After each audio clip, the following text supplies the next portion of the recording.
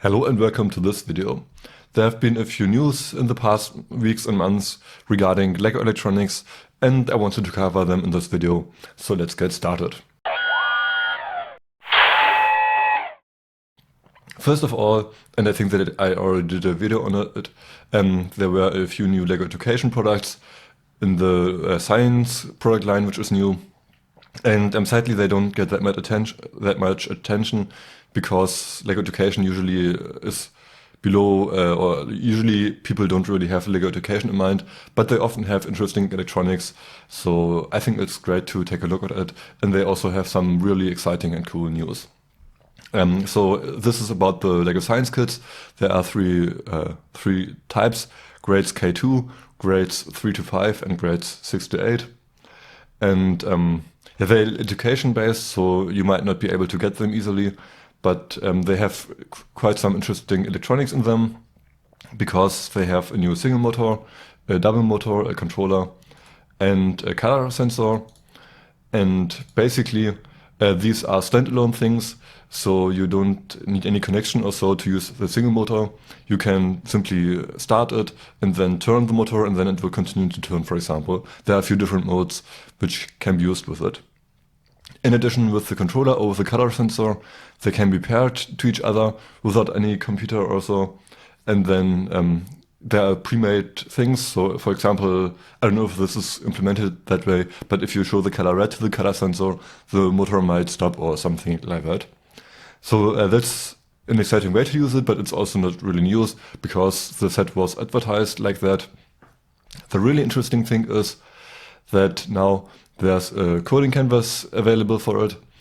So it's available on this education website. I will also link everything in the description. And there you can create a new project. And now you can actually program these LEGO Science things. So there are blocks for the single motor, there are blocks for the double motor, there are blocks for the color sensor, for the controller, and events and control options and sound and operators and data and text. So it's a Scratch-like environment, and that's pretty interesting or pretty exciting because it really enhances the possibilities of these sets, especially because they were advertised as unprogrammable. But now they are programmable, and yeah. The big advantage, of course, is that these things are very expensive. I think that like each one of these sells for at least $100. It's a bit understandable because they are completely integrated. They include more or less a hub, which can be controlled and which can control the motor. They contain Bluetooth, they control a battery, a rechargeable battery, and they contain the motor itself. So yeah, sadly they are very expensive. But I think that there are many possibilities in addition, or especially in addition with Pybricks.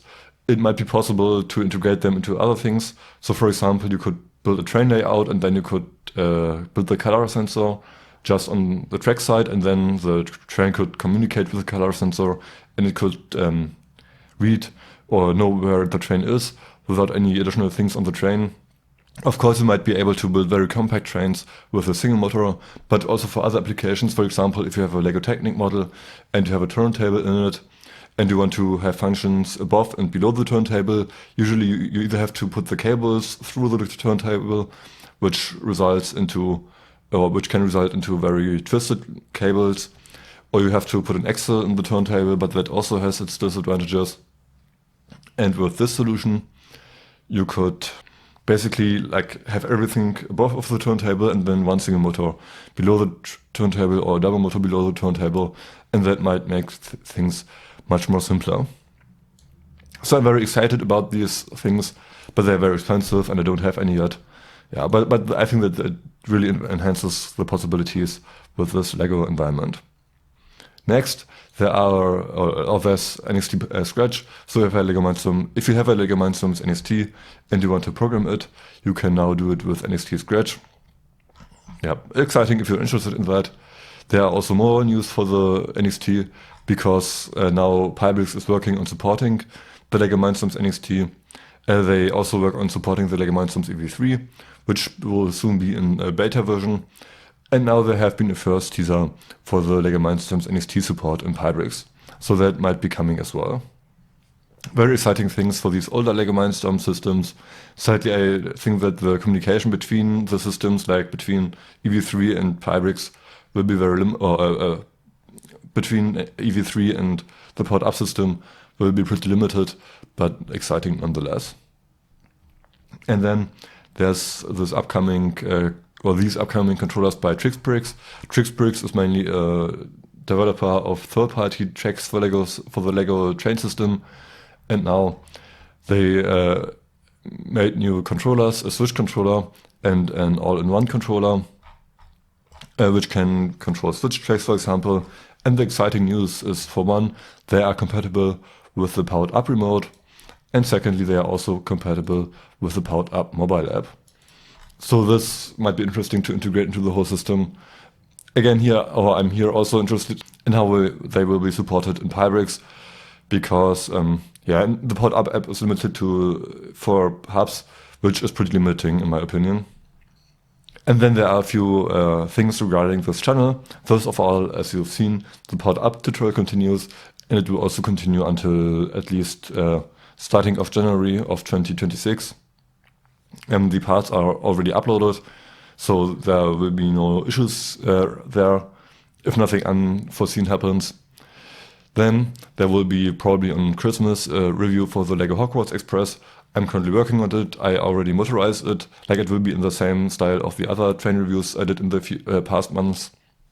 So of course there will be the train review, but there will also be a motorization, and there will be a track layout for a bit of things to see. And I'm currently working on the track layout. The motorization is finished, and then there will be a review hopefully on Christmas. For next year, I basically want to do more mocks. They're very time consuming, so I will have to see how much time I have to do them. But I'm pretty interested in doing more mocks because that's something I didn't really do in the past years. And for example, I don't have any mocks for the LEGO Robot Inventor, which is pretty sad because it's also discontinued already. But I think that it would be exciting to build something with that. And I also want to do train mocks maybe in the future. But I will have to see how much time I have. Maybe I don't have time for that, and then there won't be any mocks. That was it for this news video. Thanks for watching. If you have any questions or comments, please tell me in the comments, and then see you in the next video. Bye!